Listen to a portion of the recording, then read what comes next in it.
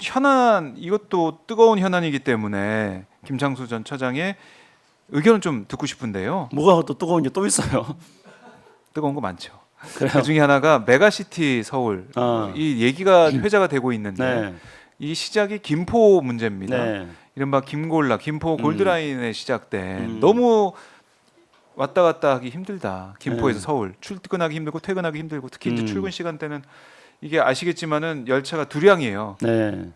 더 확장도 안 되잖아요. 음. 그렇게 되다 보니까 너무 고통스럽다. 음. 실신하는 사람도 생기고 음. 교통 대책을 생각하다 보니까 김기현 대표가 그저께죠. 30일에 교통 대책 관련한 간담회에서 김포를 서울에 편입하는 네. 방안. 음. 김포 시민들이 요구하고 있기 때문에 특별법으로 추진하겠다. 당론 추진, 특별법 추진 이 얘기를 하고 있습니다. 네. 국민의힘에서 어떻게 들으셨어요? 뭐 제가 오지랖 넓게 네, 뭐 도시가 어쩌고 저쩌고 하는 것까지 말할 상황은 아닙니다만은 그러나 네, 뭐 박정호 기자님이 이게 워낙 뜨거운 이슈라 그러니까 뜨겁습니다. 예, 근데 제가 이제 우리 네. 그 평화통일의 관점에서 이걸 어떻게 볼 평화통일. 것인가, 예, 뭐 도시 전문가로서 제가 말씀드릴 게 그렇죠. 없습니다. 네, 평화 통일 예, 관점에서. 그런 관점에서 이제 본다면 일단 몇 가지 짚어볼 대목이 있습니다. 네, 첫째는 메가시티는 좋다고 생각합니다.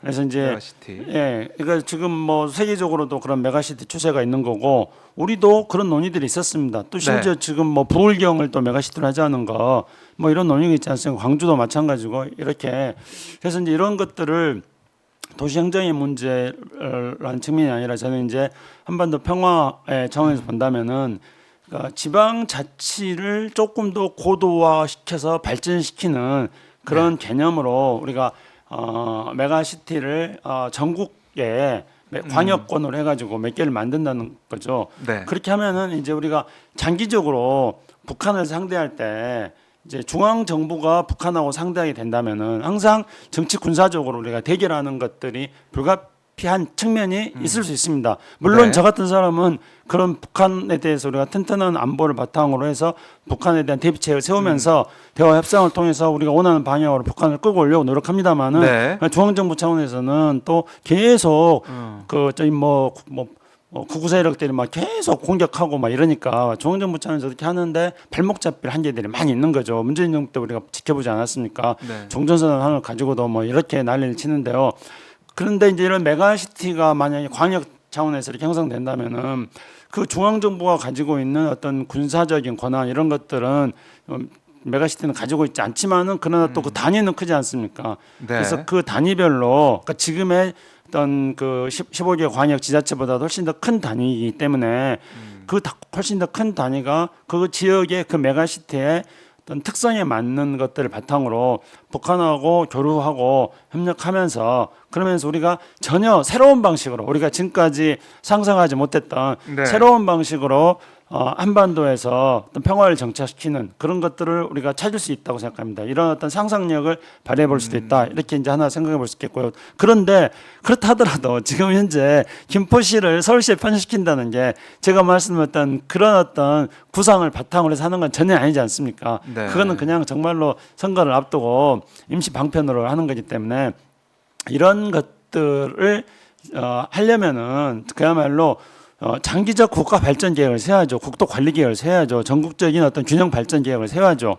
그리고 전국적인 균형 발전 계획을 세우고 거기에 따라서 이렇게 메가시티들을 만들고 이런 것들이 이제 저같이 평화통일 관점에서 말씀드린다면은 장기적으로 어떤 중앙정부가 어떤 북한하고 상대하는 그런 측면보다는 지역의 특성을 살리는 상상력을 바탕으로 해서 북한과 만나서 한반도의 긴장을 완화시키는 그런 역할을 하는 방향으로 될 수 있는 계획을 세워야 되는데 그런 계획도 하나도 없지 않습니까 지금? 그런 계획은 그러면서 없죠. 느닷없이 또 뭐 서울을 메가시티로 하겠다 하기 때문에 이거야말로 졸속 행정인 것이고요. 졸속 행정이. 예, 그럼 말이 안 되는 거고요. 네.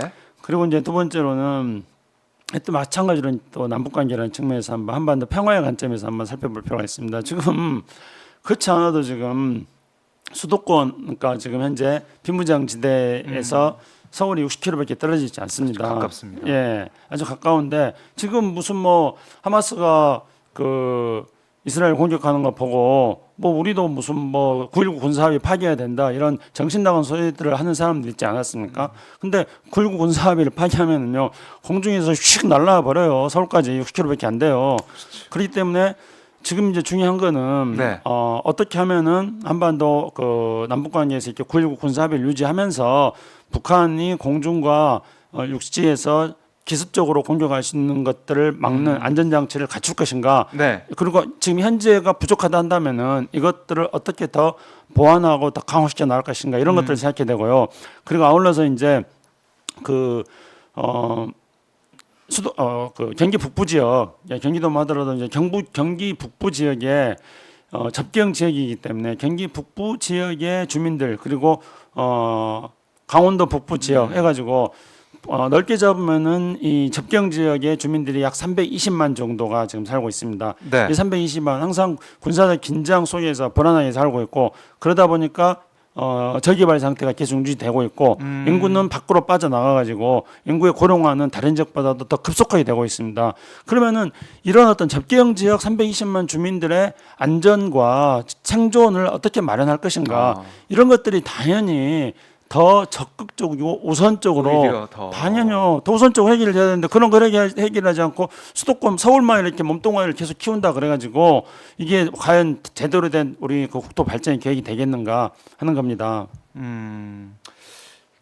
이게 김포 얘기를 우리가 처음에 했지만은 김포만의 문제가 아니라 지금 뭐 하남, 뭐 이제 부천, 고양, 성남, 뭐 광명, 뭐 여기 저기 다 우리는 왜 안 해주냐? 우리도 해줘야지. 의정부 얘기도 나오고 있고.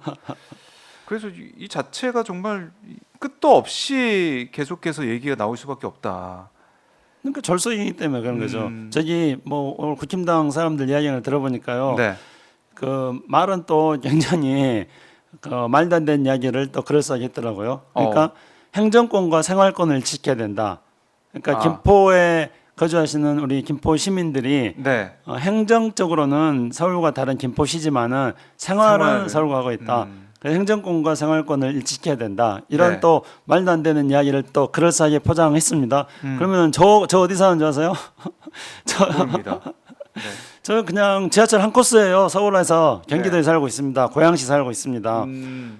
뭐 그러면은 저도 생활권과 행정권을 일치켜 줘야 되지 않겠습니까? 다 그렇게 얘기했죠.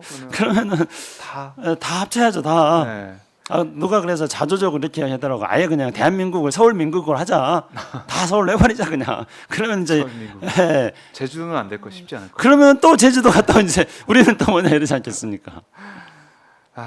그래요. 민주당에서도 이거 포퓰리즘적인 거 아니에요? 총선 노린 네. 그런 카드를 꺼낸 게 아니냐 이렇게도 얘기하고 있는데 그럼에도 불구하고 민주당도 좀 조심스러운 느낌이 느껴져요. 왜냐하면 주민들이 원하는 그렇죠. 다 표인데 유권자들인데 김포 시민들이 있으니까요. 원할 때 어떻게 할 것이냐. 김포도 마찬가지고 고양도 마찬가지고 성남 분당도 마찬가지고 다들 얘기하다 보면은 이거 표가 걸려 있어서 마음대로 얘기하지 못할 것이다 이렇게도 하던데. 예. 아니 그러니까 정치인들이 뭐 참 뭐 표가 중요하긴 하지만은요. 뭐 국가 미래의 발전이 훨씬 더 중요한 거 아닙니까? 그러면 표를 어떻게 얻어야 됩니까? 네. 제가 말씀드렸듯이 장기적인 국가 발전 계획에 대해서 한번 만들어 보라는 거예요.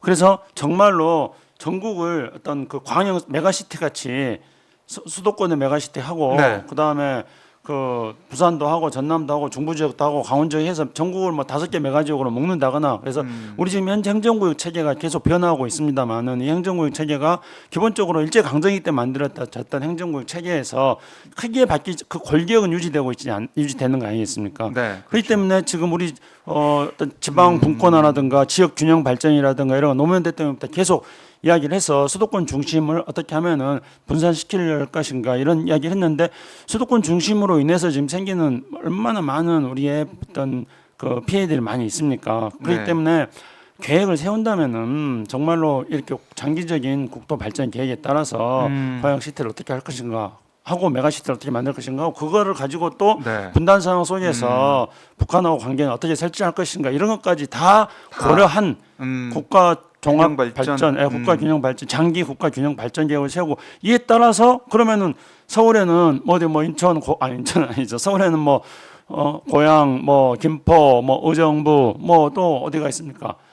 뭐 네. 안양 또 다른 우리 지금 어, 정치해보는 다른 지역 어디가 있어요?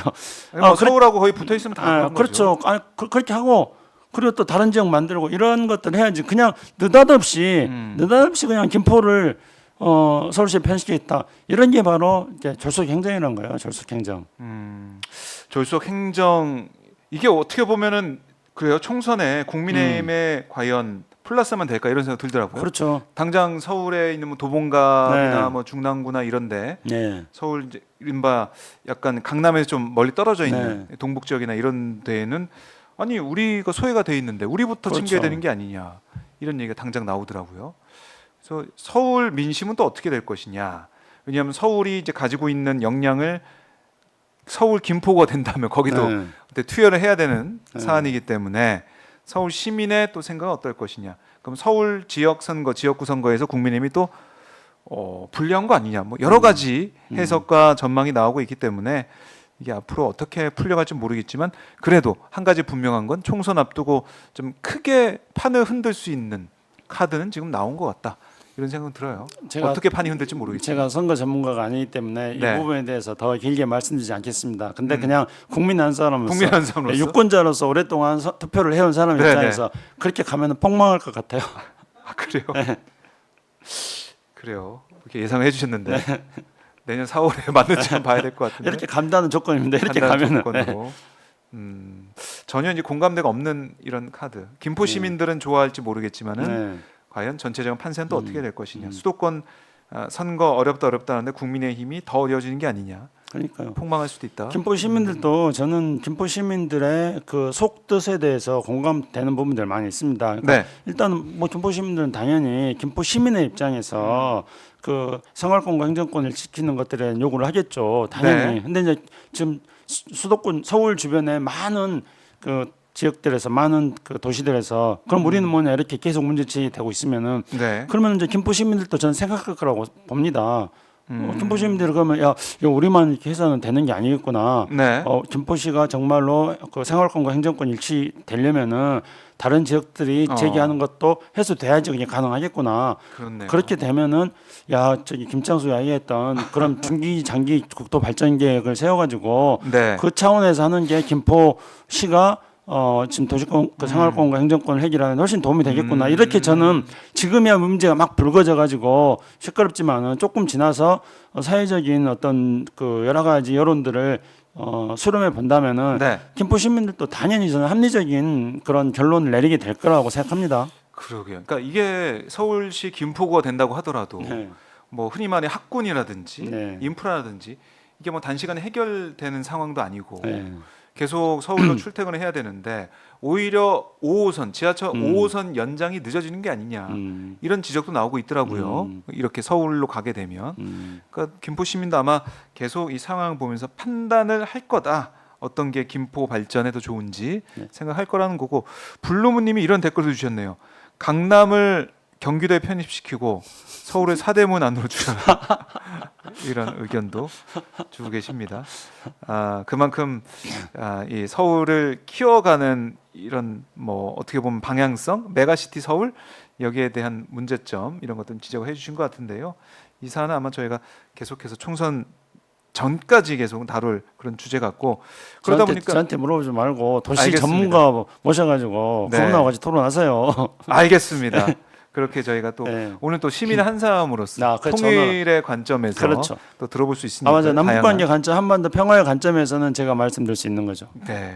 그래서 한번 오늘 김창수 처장님의 말씀도 한번 들어보면서 공론화 과정 거치는 것 같습니다. 네. 이렇게 맞아요. 오마이 TV에서 공론화할 수 있는 그런 시간도 많이 가져보도록 하겠습니다.